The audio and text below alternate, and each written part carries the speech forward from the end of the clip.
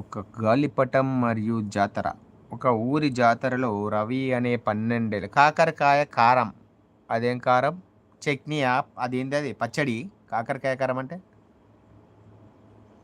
ఒక ఊరి జాతరలో రవి అనే 12 అబ్బాయి ఒక పెద్ద గాలిపటాన్ని ఎగరేయాలని ఆశపడ్డాడు. జాతరలో అందరూ రంగుల రత్నాలు, మిఠాయిలుతో బిజీగా ఉంటే రవి మాత్రం తన దగ్గర ఉన్న కొద్దిపాటి డబ్బులతో ఒక పెద్ద గాలిపటాన్ని కొన్నాడు.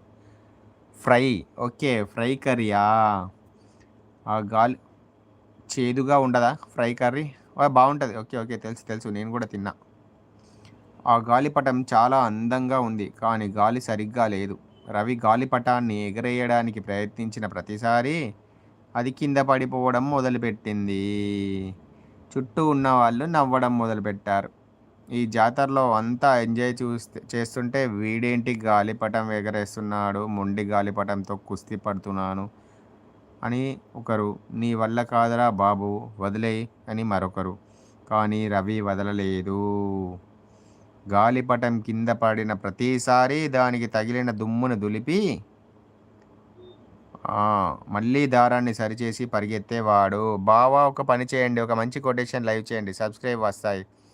అది పబ్లిక్ చేయకండి. సాధనకు ఒకసారి 400K వ్యూస్ వచ్చాయి కదా, అది పెట్టి సబ్లు వచ్చాక ప్రైవేట్లోనే ఉండండి, తర్వాత చూద్దాం, ట్రై చేద్దాం. ఇప్పుడైతే ఫేస్ లైవ్ ఇది కంటిన్యూ చేద్దాం.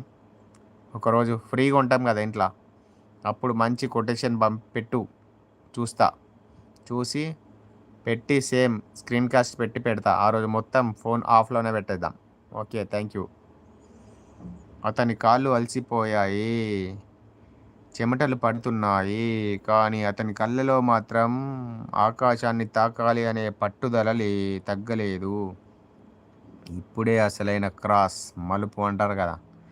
సాయంత్రం అవుతుండగా జాతరలో జనాల సందడి పెరిగింది. హఠాత్తుగా ఒక పెద్ద గాలి వీచింది. అందరూ తమ గొడుగులను, టోపీలను పట్టుకోవడం బిజీగా ఉండగా రవి ఆ గాలిని అవకాశంగా మార్చుకొని తన సర్వశక్తి నుండి పరిగెత్తి గాలిపటాన్ని వదిలాడు.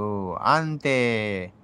అంతసేపు నేల మీద పడి ఉన్న ఆ గాలిపటం ఒక్కసారిగా గాలిని చీల్చుకుంటూ ఆకాశంలోకి దూసుకెళ్ళిపోయింది. జాతరలో ఉన్న వేల మంది కళ్ళు ఆ ఒక్క గాలిపటం వైపు మాత్రమే చూశాయి. ఇందాక నవ్విన నోళ్ళే వావ్ అని ఆశ్చర్యపోయాయి. ఈ కథలో మోటివేషన్ ఏంటంటే, మన జీవితం కూడా ఒక జాతర లాంటిదే. ఇక్కడ మనకు కొన్ని పాఠాలు నేర్పింది.